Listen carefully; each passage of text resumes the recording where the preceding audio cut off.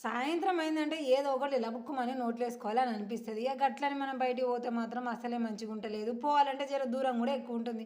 ఇక గందుకోసమనే ఇంట్లోనే ఒక వెరైటీ ఫుడ్ రెడీ చేసినా. ముందుగాల ఒక బుక్క మా ఆయన టేస్ట్ చూసిండు.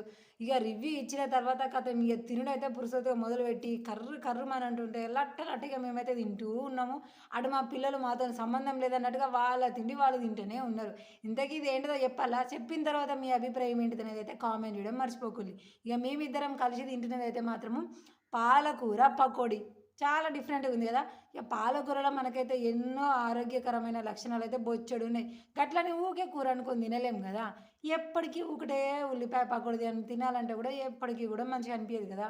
ఇక గందుకనే గీ 2 కాంబినేషన్‌లో మంచిగా ఆలోచించిన. గిట్లా పాలకూర పకోడీ చేసిన. అబ్బా! ఎట్లా చేసినావు ఒకసారి మేము గూడా ట్రై చేస్తాం అని అంటారా? మరి వీడియో అయితే గిందులో ఉండదబ్బా. మన ఫేస్‌బుక్ పేజీలో ఉంటది పెద్ద వీడియో. ఏం వేసినాము, అసలు అందులోకి ఏమేం కావాలి, ఎట్లా కలుపుకున్నాం, ఏంది, ఈ పాలకూరతోని పకోడీ ఏంది, ఎవ్వరమంతా కూడా మన పేజీలో ఉంటది. గందుకనే ఓన్లీ మన పేజీలో పూర్తి వీడియో ఉంటది చూడుల్లి. అయ్యో! నా ఫేస్‌బుక్ పేజీ పేరు మీకు తెలవదా? ఎస్ఆర్ క్రియేటివ్ థాట్స్ అని కొట్టుల్లి. ఆటోమేటిక్‌గా మీకు వీడియో వచ్చేస్తది. మొత్తం కూడా వీడియో చూడుల్లి.